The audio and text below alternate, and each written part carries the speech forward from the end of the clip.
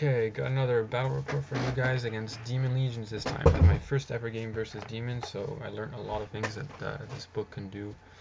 I don't have the army lists on me, but I will describe the units that he used. You'll see from left to right, he's going to have some igniters that have shots that go up to 18 inches. And he's going to have those hellhounds and also those igniters right behind that hill. And then he has two blazing chariots.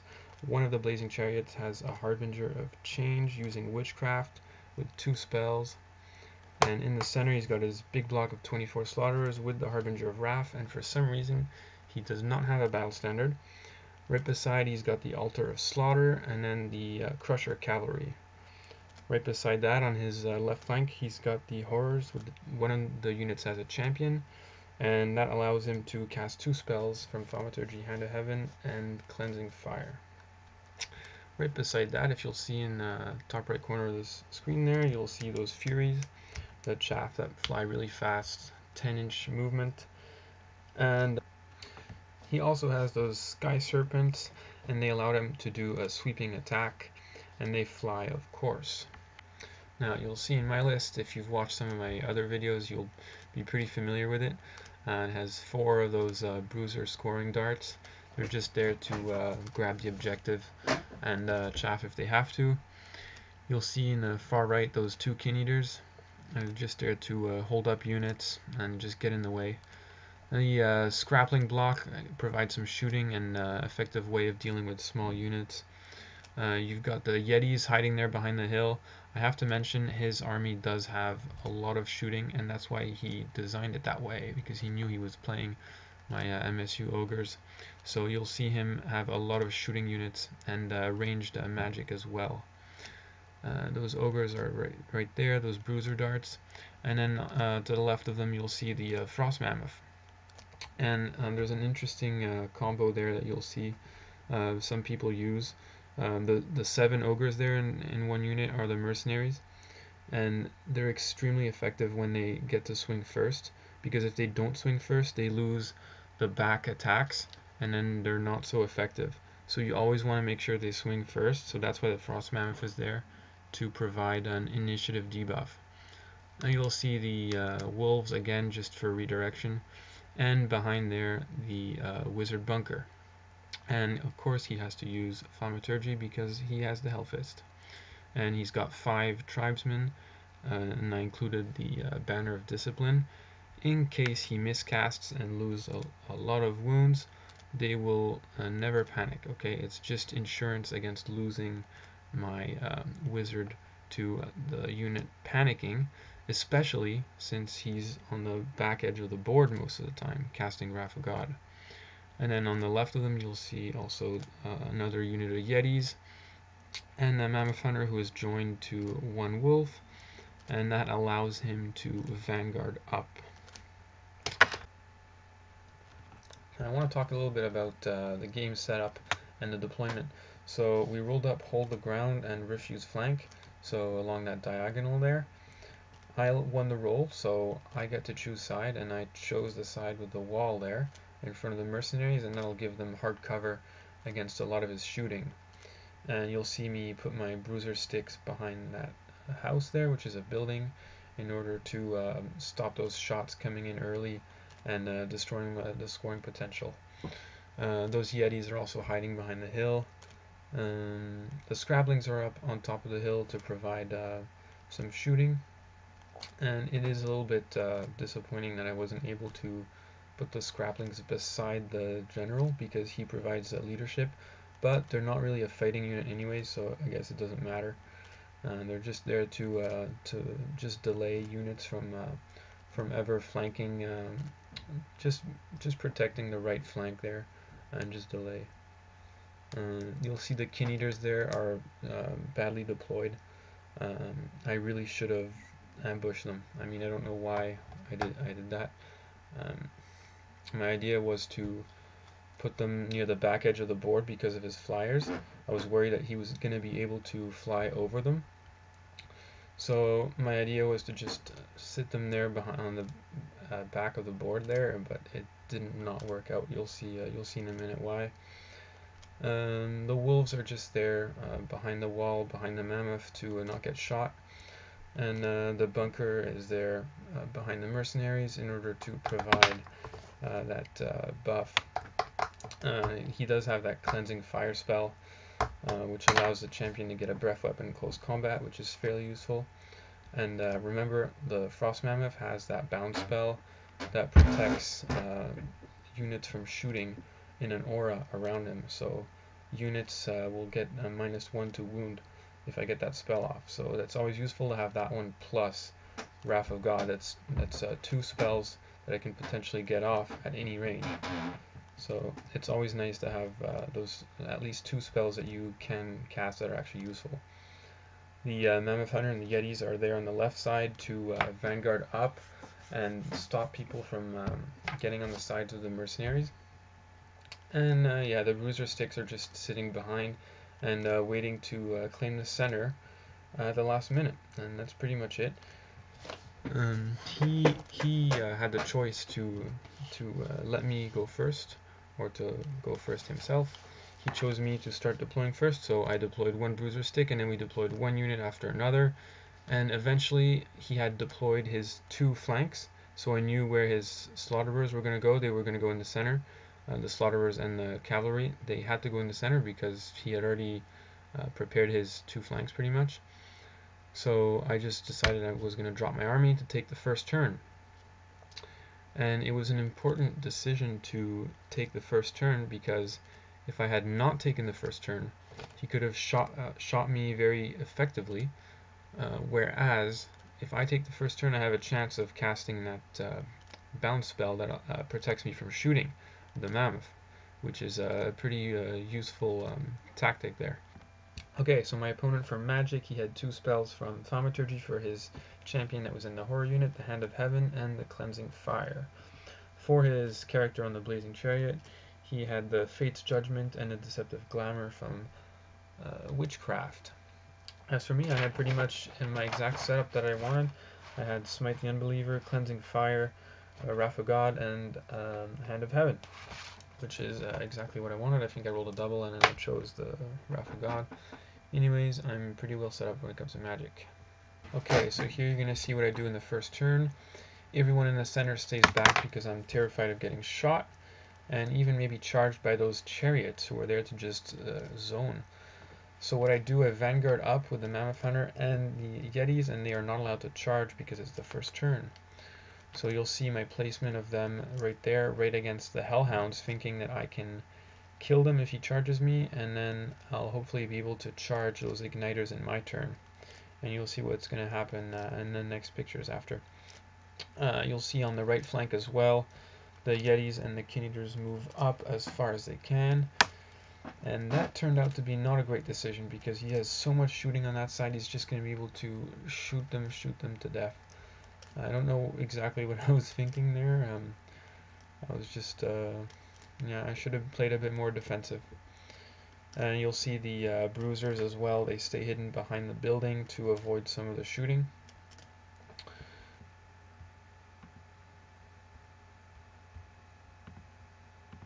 Now my idea is that if I can do some damage on each flank, that's going to open the game up for me because I'm going to be able to threaten the big slaughterer block and maybe even the cavalry in a pincer type movement to where he'll be forced to face me on multiple fronts.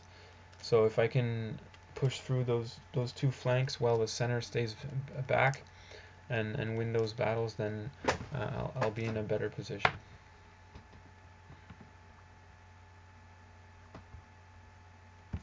Okay, for my magic phase, I managed to get Wrath of God off, which is really nice to get it off in the first turn. I think he tried to dispel it, but he missed. Okay, my shooting didn't do much, so we go into his turn, and he charges the Hellhounds into the Mammoth Hunter. He holds. The Yetis are there not in combat, and he's going to go ahead and shoot them with the Igniters. He's going to move around to the flank and shoot them. He's also going to shoot the wolf, which dies as well. Now with his flyers, he's going to jump right over my Yetis and Kin-Eaters. Here you're going to see he drops his sweeping attacks on the Kin-Eater. King Eater, he relies on his regeneration 5-up save, but they have Hellfire because they're changed, so he inflicts 3 wounds on the King Eater by re-rolling those wound rolls. For magic, he's able to get off a little cleansing fire on the Yetis, inflicting only 1 wound. Okay, so he rolls at the end of his phase for Wrath of God, and it falls.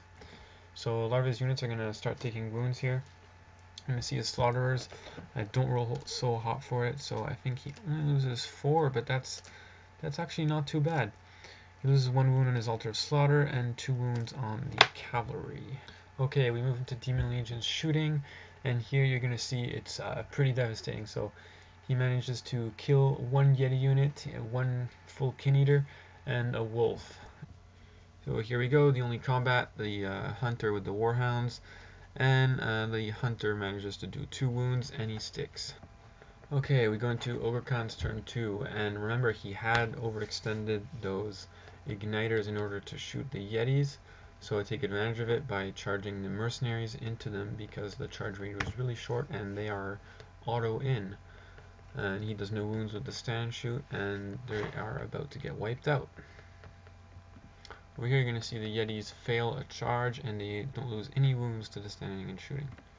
Magic dice, I believe I get 4 dice to 3, and he channels and I do not channel. I throw all my dice at Wrath of God, I don't miscast, but he's able to throw all his dice at it and stop it. And here is a really good turn for shooting for the Ogres. With the 2 Ogre crossbows on the Frost Mammoth, they both land and killed 4 Slaughterers with the penetrating rule.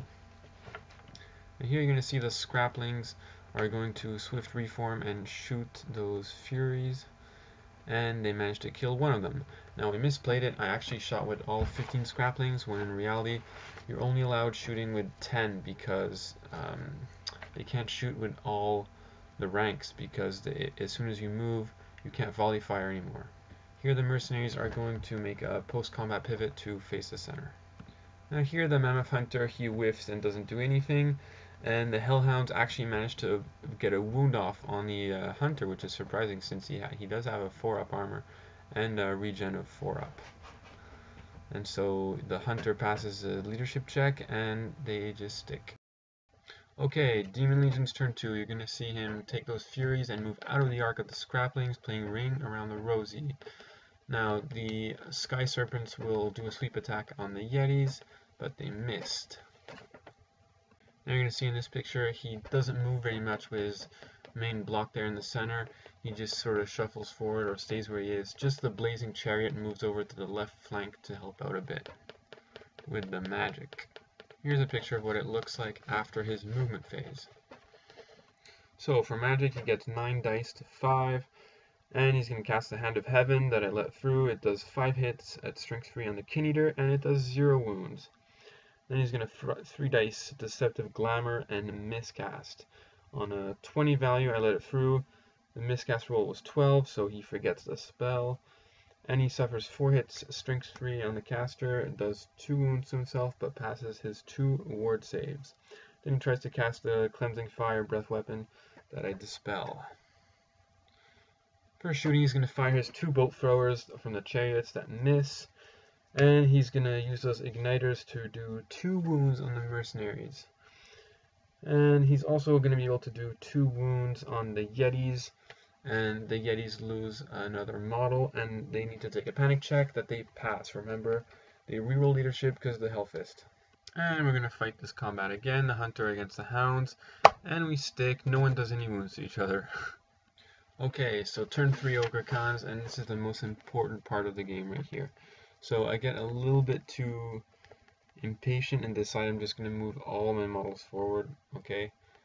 The objective is hold the center. Remember, so my idea is to just put pressure on him and make him make a choice. You know, if he wants to hold the center, he's going to have to face me eventually, and you can see the dog there is blocking the Slaughterer unit from reaching the Mercenaries, so the Mercenaries can get a nice charge. A nice follow-up charge in turn 4 for the Ogres.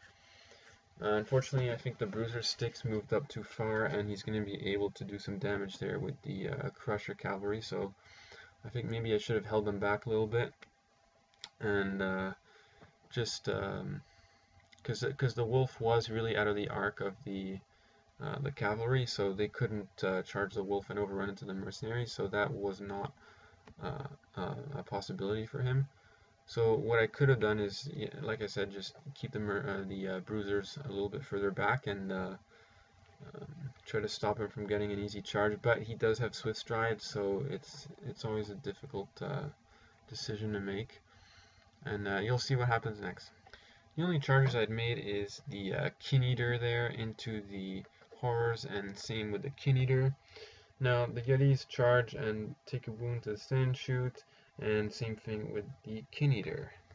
So here I'm going to go ahead and cast Smite the Unbeliever on the Slaughterers, and I use 4 dice and I miscast, so I have to add an extra dice. My opponent lets it through, so I'm going to go ahead and do -1 strength on the Slaughterers. I miscast, and I do 10 wounds to the Wizard Bunker unit of Tribesmen. Luckily nothing happened to the caster because I don't roll 4+. For shooting, the Scraplings turn around and kill another Fury. Okay, we go into combat, the Yetis with the Horrors, and remember he is demons, so he will crumble, he will not flee. So the Yeti wins by 3, so he's going to go ahead and lose more models. The Kin Eater kills only 2 models, but remember he does cause fear. Oh yes, but demons are immune to fear, sorry. But for his leadership check, he rolls a 6 and a 6, which means that's a total of 12, minus 2 kills from the Kin Eater, and 10 more die.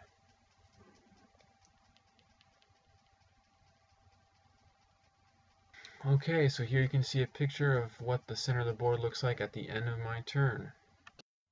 Demon Legion's turn 3, he charges with the Altar of Slaughter and the Cavalry into those Bruiser Sticks. He cannot charge that dog and overrun into the mercenaries because I am pretty sure the dog was out of the arc of sight with the cavalry. So remember, the cavalry have to overrun. So you're going to see what happens in the next picture. Okay, so those are the only charges. He does a sweeping attack on the Scraplings and only kills 2. Now, magic phase, 6 dice to 5. He's going to cast Cleansing Fire on the Kin Eater that I let through. Because I had to dispel the Fate's Judgment spell that he was going to cast on the mercenary. Okay, speaking about the mercenaries, he's able to actually do 7 wounds in the shooting phase on the mercenaries because he does have those igniters that moved up on the left side behind the mercenaries, and he has the ballistas on the blazing chariots that take shots at them. Now, you'll see in this picture, the Yeti just cleans up the rest of that horror unit. But on the right side, you may be asking yourself, where did that Kin Eater go? Well, remember when they cast Cleansing Fire?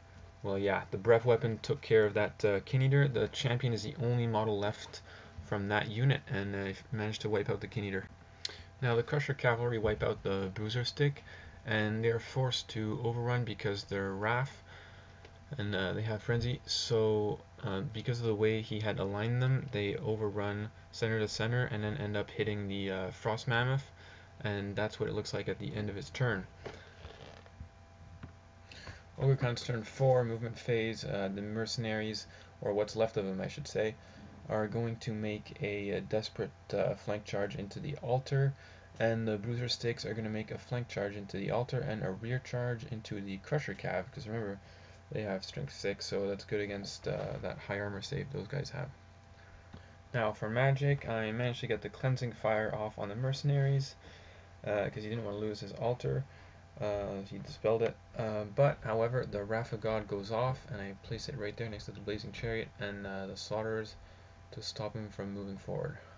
Okay, so after my Bruiser Sticks died in the last turn, I forgot to mention the Wolf there had to take a panic check, and he's only leadership 5, so he's going to go ahead and flee from the cavalry, and you can see there in that picture he's still fleeing. And he doesn't get to reroll with Hellfist because he's insignificant.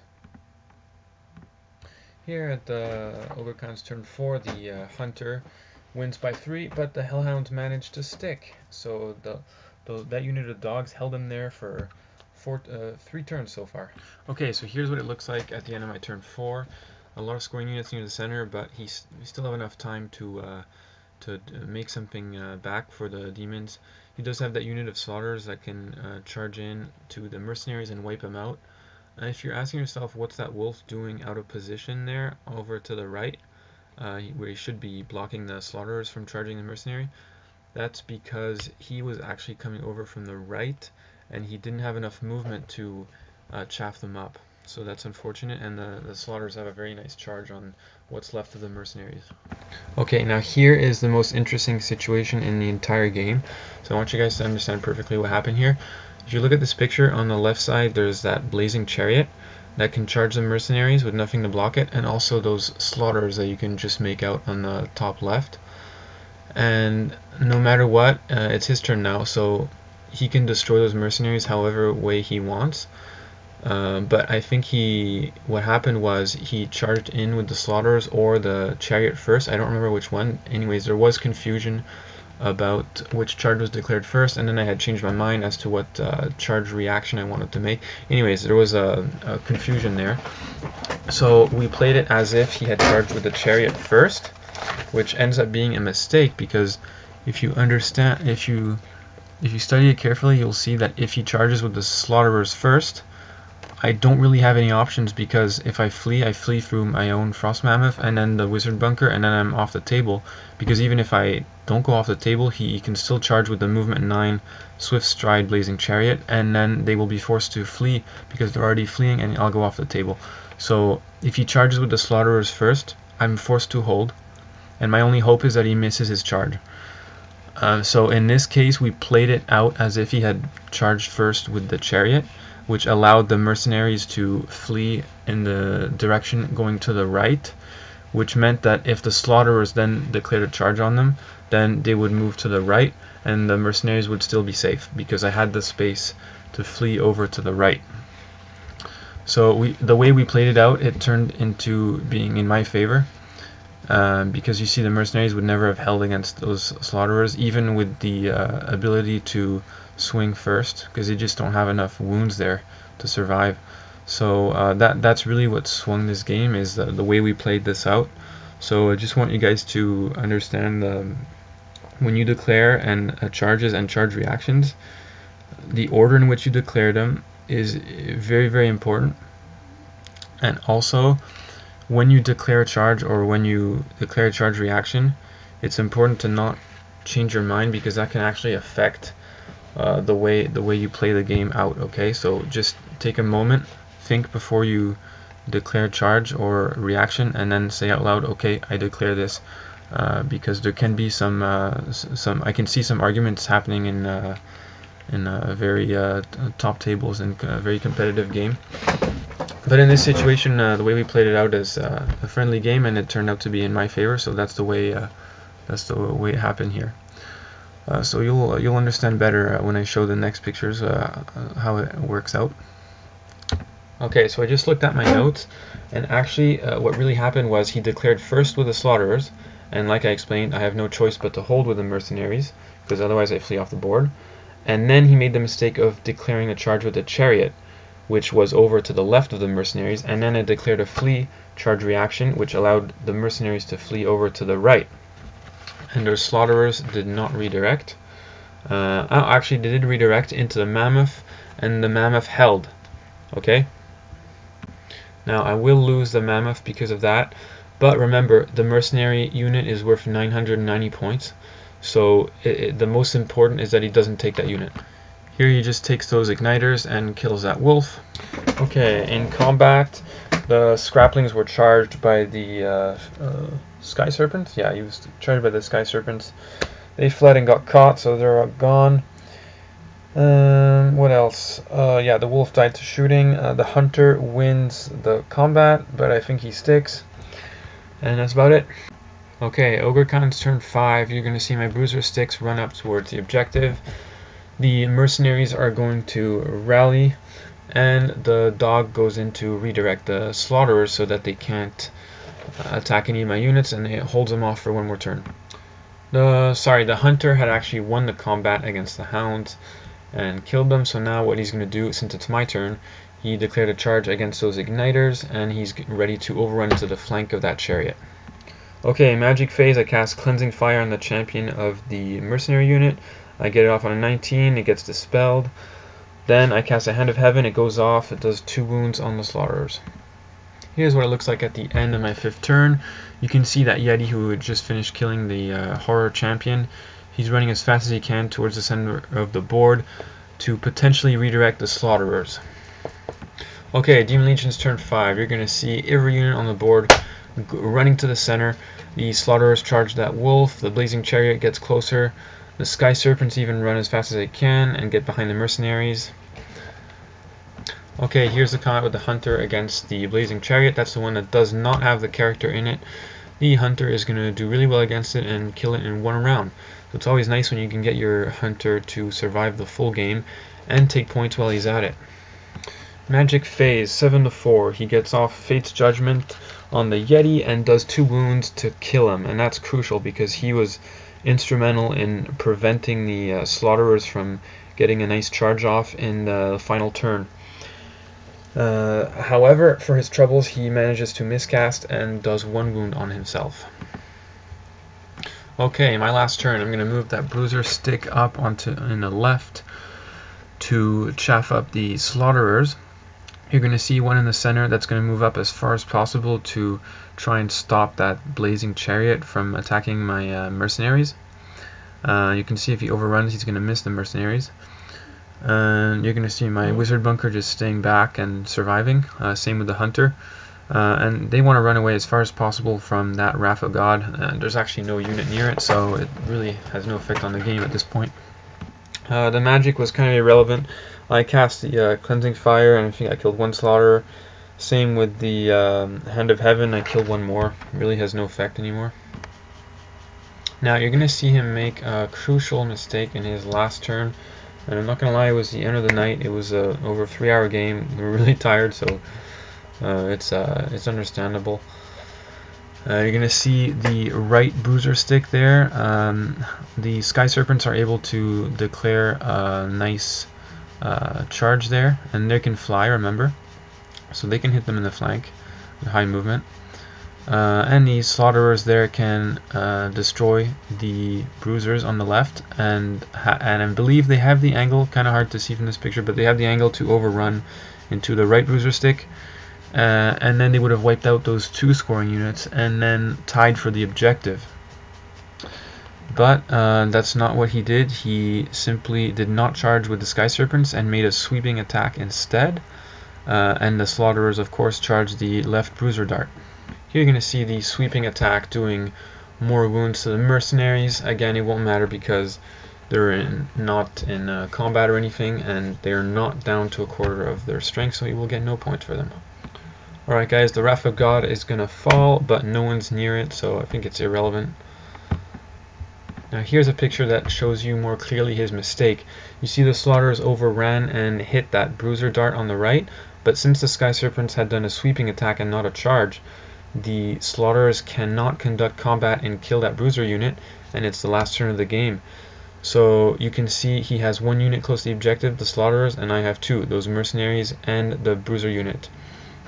So that's going to allow me to claim the objective. By the way, the blazing chariot had also charged the bruiser stick that I had advanced, but that last bruiser held, and the blazing chariot was not able to overrun or anything like that, so he did his job. Okay, we're going to go right into VPs, and you're going to see here the VP difference is 698 in favor of the Ogres. So the score is 12-8 before the objective. The Ogre Khans win the objective by having 2 units closer to the center, and the Demon Legions only have that 1 block of slaughterers, so it's going to be 15-5 for the Ogre Khans. Okay, so I want to talk a little bit about some of the good points and bad points of what each army did in this game. So for the Demon Legion, the shooting was extremely effective, killing the Kin Eater easily. It's Hellfire, so he gets no regen. Even the Yetis, they all evaporated. The magic also was nice, so he had plenty of ranged attack to take those small units out. Too bad he couldn't take out the hunter, but that's the way it is. And especially the mercenaries. Now those guys, you just want to shoot them because they're glass cannon, right? They're very expensive, and it's hard to deal with them in close combat because they're usually the frost mammoth, so you need a very big block to tie him up. and his big block was the Slaughterers, and I think I did a good job of keeping him at bay.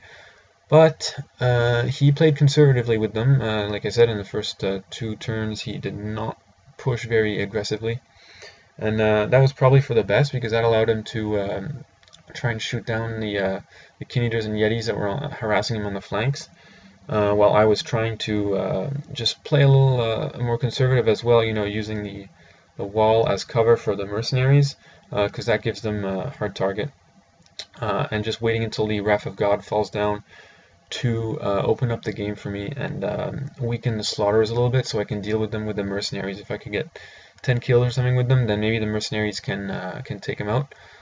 Yeah, so for the bad points, he with the Crusher Cavalry, the way he aligned it against the Bruiser Dart allowed him to overrun center to center into the Frost Mammoth, and we realized after the game, if he had aligned them a little bit differently, he could have overrun more to the right, and then threaten the Wizard Bunker and be behind my lines, where I would have to reform and deal with him that way, and then he would, on his next turn, he would be able to declare a charge on the Wizard Bunker. Now, like I explained to you guys before, charging the chariot into the mercenaries was a mistake, because it allowed the mercenaries to flee away from the chariot, which meant the Slaughterers would not be able to catch them. So the mistake was charging with the chariot. You should have just only gone in with the Slaughterers and done something else with the chariot.